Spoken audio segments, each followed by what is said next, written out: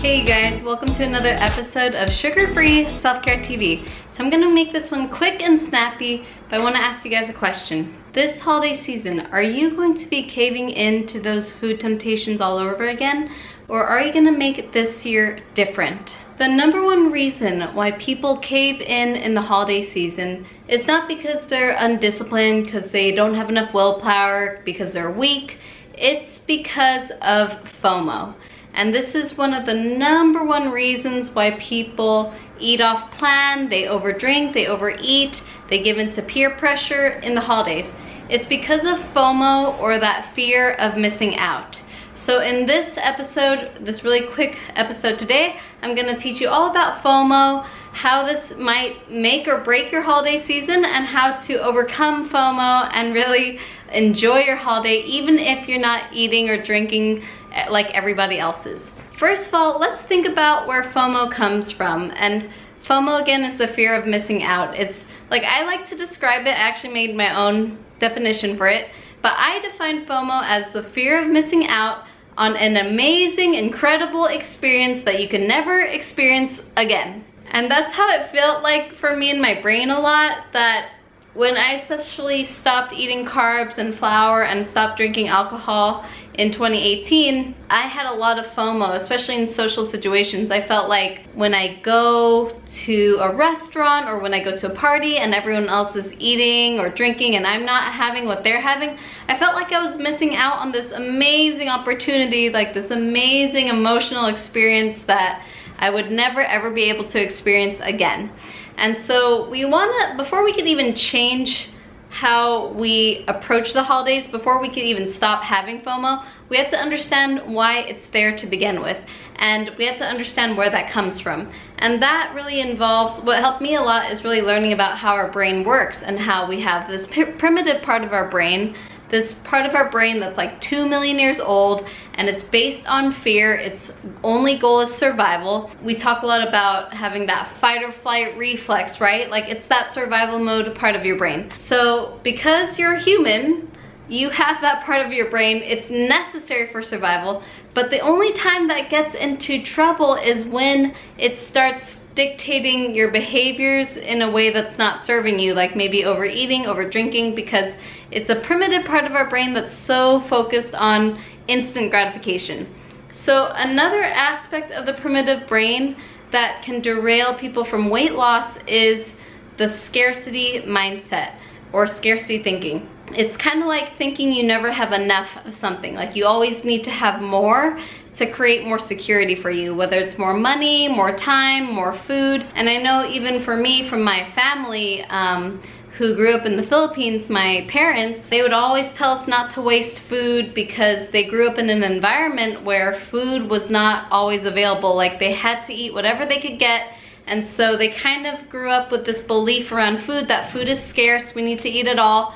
And they kind of brought it over here to America and kind of translated that, kind of taught that lesson to me. So ask yourself really, where did you learn this idea that you're missing out on something if you don't eat the food of the people around you? Like, maybe it meant that you're not fitting in somewhere. Maybe it meant that you're wasting food, or maybe it meant to you that you are not cool, like you're not doing the cool thing, you're not doing what everyone else is, you're not fitting in. That was like also a big thing for me. So first, just take a moment to ask yourself, where do you think that started for you? What incident do you first remember having an experience like you feel like you're missing out?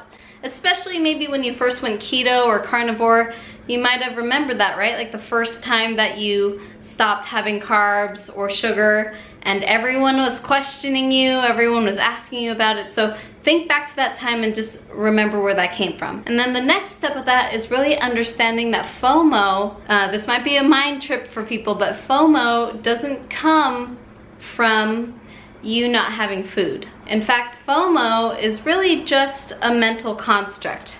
Like, stay with me here, but what I mean by that is FOMO is a feeling. It's that feeling like we're missing out. It's a feeling like we're missing, like we're in scarcity.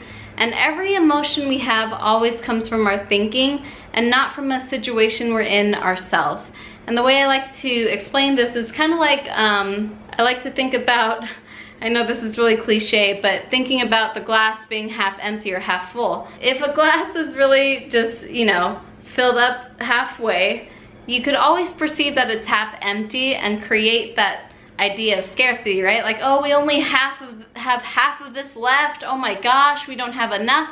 Versus if you're approaching it from a place of abundance, abundance meaning you feel like you have plenty, you feel like you have more than enough, and you feel like a lot of gratitude. You might look at that glass like something half full is like you have more than enough, like you're so grateful for what you do have. And notice how those different perspectives create a different feeling for you. Like if you're approaching the glass half empty, like we don't have enough, it really feels kind of panicky, and it feels really like you're missing out, and it really feels like you are not getting the full benefit of whatever it is you're doing. So think about it this way when you go to the holiday season, because we create a lot of FOMO for ourselves. A lot of us aren't aware that we do this, but really pay attention to the stories that you're telling yourself in your brain, the way you interpret your situation. Are you looking at your situation like the glass is half empty or half full? Are you looking at the party and the food in the party? You're looking at everyone eating and drinking all those carby foods, all the alcohol, all the wine.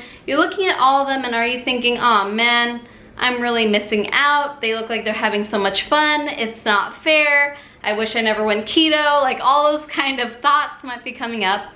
And imagine, like, of course you'd be feeling FOMO if you're thinking about the situation that way. Versus, you know, and that's what a lot of people do. They come to the party focusing on what they can't have, what they shouldn't eat, what they can't drink, and it's just creating a lot of lack and a lot of insufficiency, a lot of scarcity sort of thinking. Like, I don't have enough, it doesn't feel good. On the other hand, think about approaching your party, your social gathering this holiday season. I want you to consider approaching it from a different perspective. What if you had more than enough? And you know, what I tell my clients is, instead of focusing on what you can't eat, focus on what you love about what you can eat.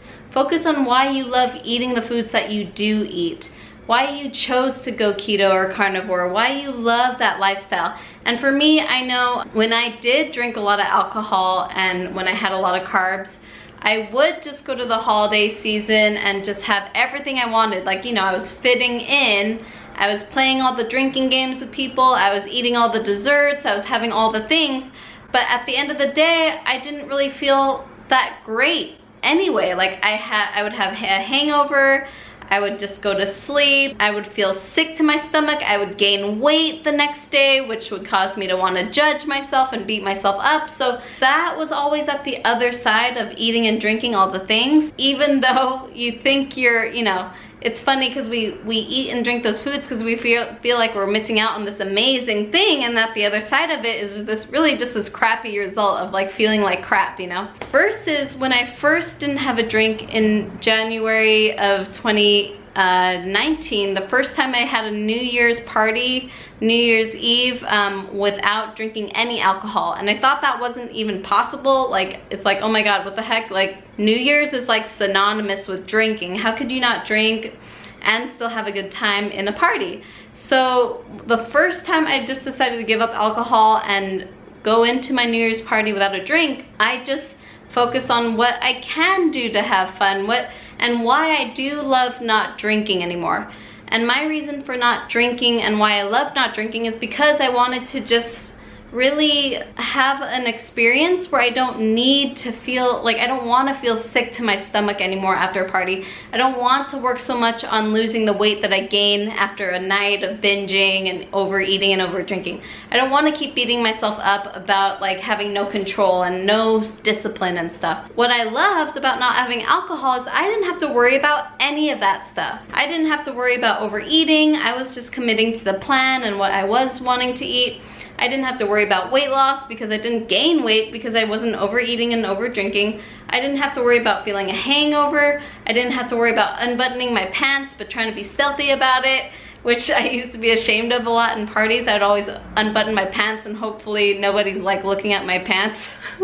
I'd try to cover it up with my shirt, but I didn't have to go through all that guilt and shame when I was focusing on not having alcohol And I was able to accomplish that by focusing on why I loved not drinking alcohol, why I loved not having sugar or carbs during the holiday season. So this holiday season, you guys, if you don't want to fall under the FOMO trap, if you want to continue your weight loss goals even during the holiday, and even I challenge you guys, even continue to lose weight during the holiday season, it's all about how you can focus not on what you can't eat, but focus on why you love the way you're eating now. What is the gift that you're getting from eating the way you're eating now? Why do you love this way of eating? And what are you creating for you in the future? What lifestyle are you creating? I know for me, I'm creating a lifestyle where I'm no longer pre-diabetic, I'm no longer overweight, or at least I'm not I'm not constantly bloated all the time. I'm not judging myself, I'm not beating myself up, and I love that lifestyle. Like, personally, I think it's pretty great. So ask yourself this holiday season, you know, why you love the way you're eating. Focus on what you like. Don't focus on what you can't eat, but focus on why you love how you're eating now.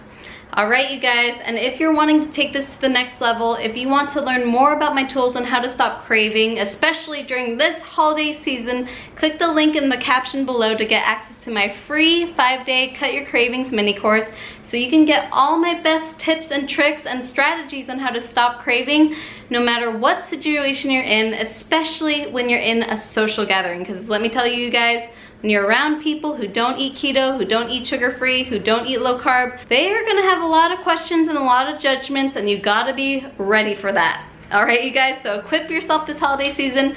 Don't give into the FOMO trap. Focus on why you love the way you're eating and lose weight this holiday season. All right, guys, I'll see you next week in Sugar Free Self Care TV.